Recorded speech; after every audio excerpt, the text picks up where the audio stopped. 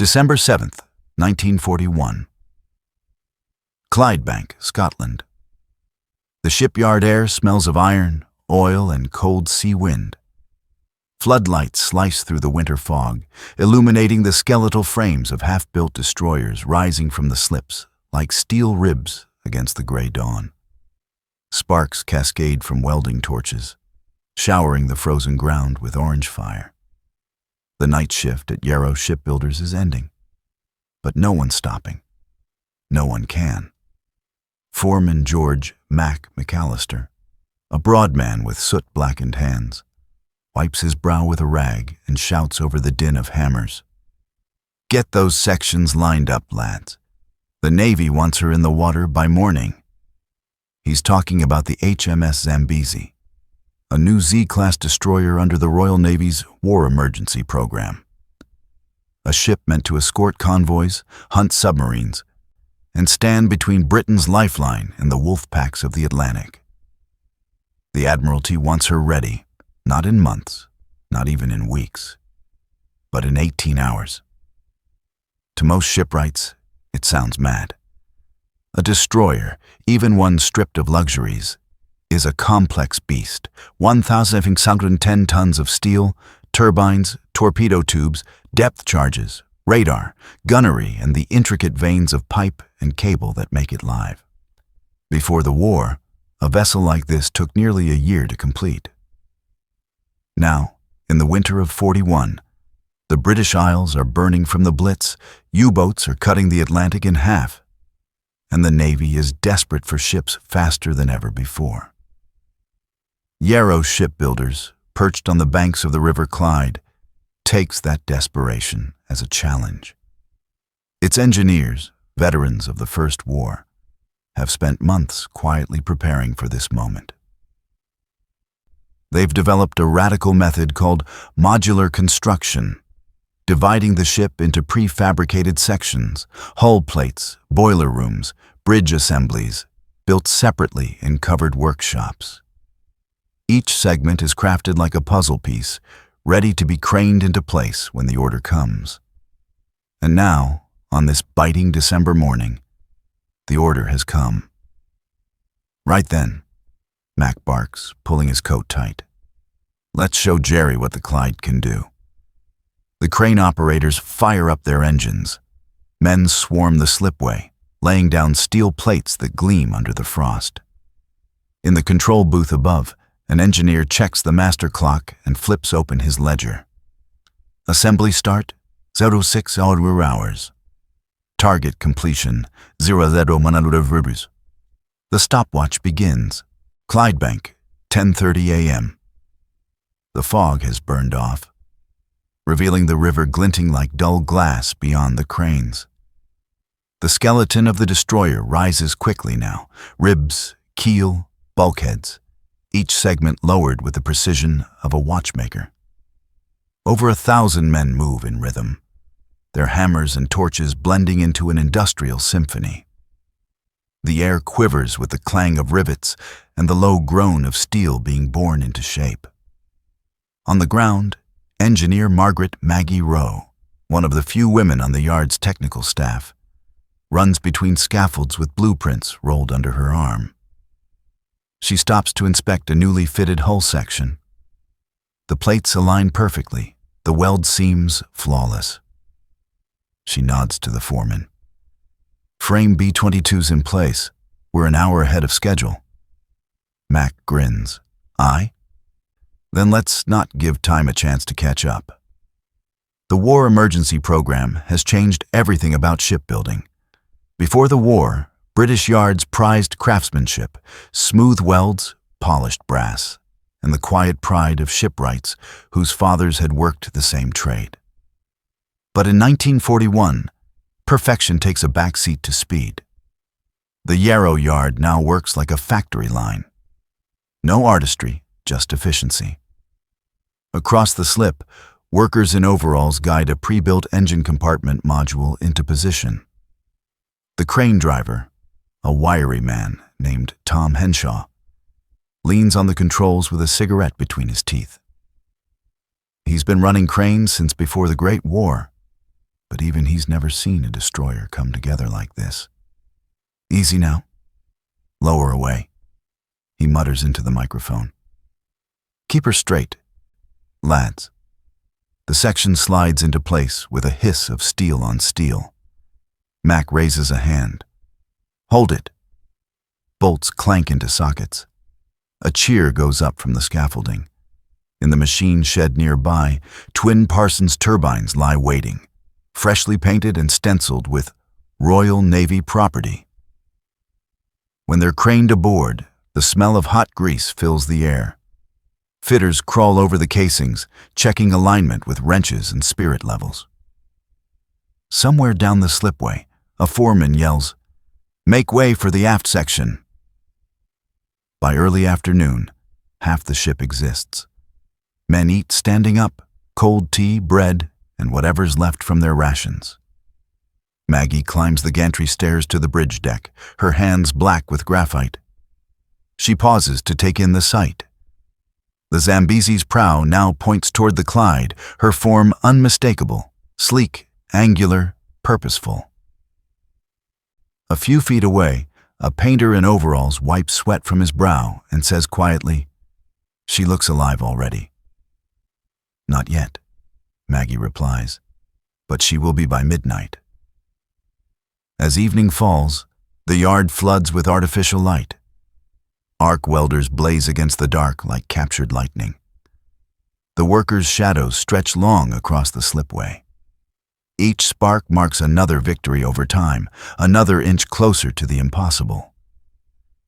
By 26 hours, the hull is complete. Riveters, welders, and pipe fitters move in waves, sealing joints, threading conduits, and mounting gun housings. Above them, the ship's bridge, prefabricated days earlier, swings gently on a crane line, waiting to settle into place like a crown on a steel monarch. Mac wipes the soot from his face and turns to Maggie. 18 hours, they said. You think we'll make it? She glances at her wristwatch, its glass cracked and fogged. If we don't, she says, we'll die trying. The crane begins to lower the bridge. Clydebank, 22:45 hours.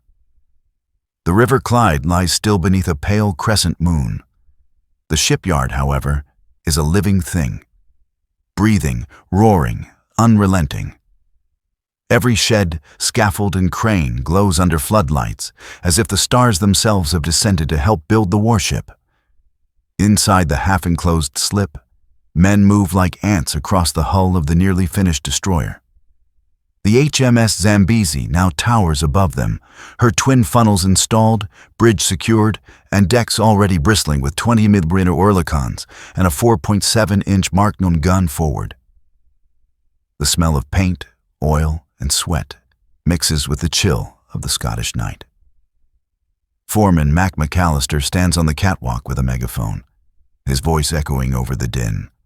Final checks. Let's button her up, lads. We're on the last hour. Below, welders trace molten seams where the deck plates meet. Electricians snake copper wire through bulkheads. Fitters install the final depth charge rails along the stern. Sparks and smoke pour into the cold air, and the noise is deafening. A chorus of hammer blows, rivet guns, and shouted orders blending into one great industrial heartbeat. Inside the hull, engineer Margaret Rowe crouches in the dim light of a work lamp, hands stained black as she inspects the turbine alignment. Steam valves hiss faintly from the pressure tests. A junior fitter looks to her nervously. Ma'am, the port feed line's half an inch off spec.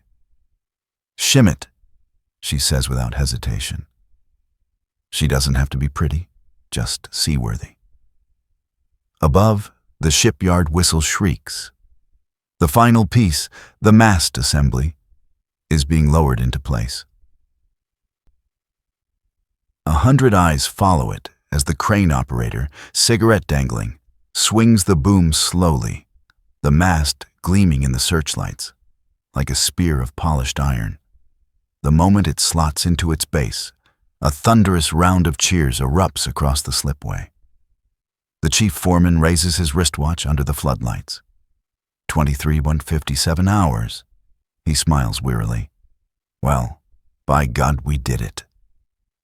At midnight, the order comes from the Admiralty's inspector, a thin man in a long greatcoat, clipboard in hand, his breath clouding the air. He walks the length of the destroyer, lantern in one hand, making notes in tidy script. His boots echo on the steel deck. Finally, he stops at the prow, nods once, and says simply, "She's ready for water." Within minutes, the shipyard crew assembles at the edge of the slipway. The great wooden chocks are removed, ropes unfastened, wedges pried loose with crowbars. Men wipe their hands on oily rags and stand back as the yard superintendent raises his arm. A siren wails over the Clyde. The workers, men and women both, hold their breath. For a heartbeat, the destroyer hesitates. Then, with a groan that echoes through the night, HMS Zambesi begins to move.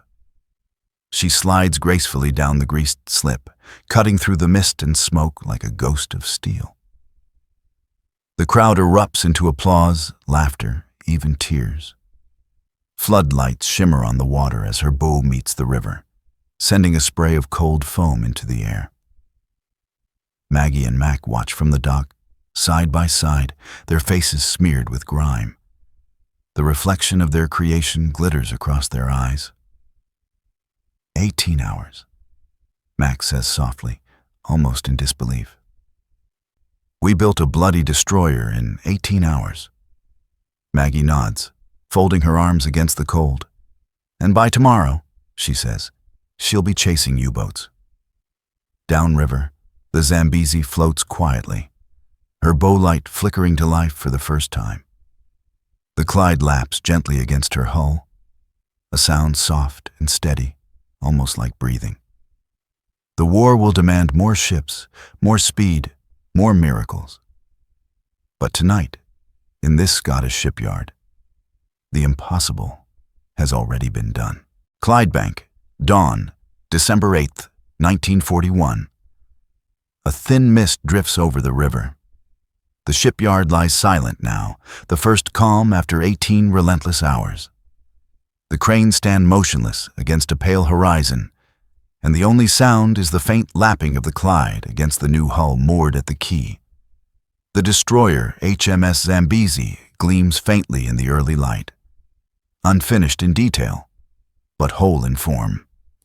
Her bow number, R66, catches the morning sun. The workers, exhausted beyond speech, stand scattered along the dockside. Faces smeared with oil, eyes bloodshot, hands trembling from fatigue and pride. Foreman George McAllister leans against a crate, sipping cold tea from a dented mug. His forearms are streaked with soot. His voice is rough from shouting through the night. He looks across the river, where church bells are ringing faintly in Glasgow. 18 hours, he mutters again. Not a day more. We've done what no one thought could be done. Engineer Margaret Rowe, coat wrapped tight against the chill, stands beside him. Her notebook is filled with scribbled notes, dimensions, and signatures. The blueprint of a miracle. She glances at the destroyer, then back at Mac. Do you think they'll believe it? Mac snorts. Not till they see her steam out of the Clyde. Behind them, the first shift whistles blow. Despite the exhaustion, the yard begins to stir again. The war doesn't stop. More hulls wait on the slips, more ships to be built. The C-class, D-class, and Z-class destroyers, all needed to fill the gaps left by losses in the Atlantic. Across Britain, the news spreads fast. Telegrams flash between yards. Zambesi assembled in 18 hours, Yarrow method proven. Repeat, proven. At the Admiralty in London, an aide hands the message to Admiral Sir Bruce Fraser, who reads it twice before allowing himself a rare smile. Then we might just outbuild them, he says quietly. God bless the Clyde. The Yarrow system, born from necessity, soon becomes the standard. Every shipyard on Britain's coasts, from Camel Laird to Swan Hunter, adopts modular fabrication. Sections are built inland, trucked to the shore, and welded into living hulls. Destroyers that once took a year now take mere weeks. Frigates, corvettes, landing craft, all follow the same principle. The war turns. The U-boat menace that strangled Britain's shipping lanes begins to falter under the sheer tide of steel emerging from her yards. Every ship like the Zambesi means more convoys protected, more supplies reaching the front, more lives saved. By 1943, over 400 war emergency destroyers are at sea, each one faster, leaner, and simpler than its pre-war predecessors. Many bear the scars of rushed assembly, rough welding, or patched plating, but they serve, and serve well. They hunt submarines in the Atlantic, shell beachheads in Normandy, and escort carriers through the Arctic convoys. And somewhere among them sails HMS Zambesi, forged in 18 hours of grit, noise, and fire. In the ship's log, written months later, Lieutenant Commander Graham Phillips, her first commanding officer, notes her performance after her shakedown run. She holds firm, rides clean, and answers her helm true.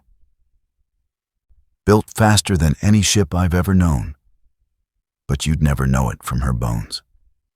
Back in Clydebank, McAllister and Maggie Rowe stand again by the slipway months later, watching another destroyer slide into the river, this one in 23 hours.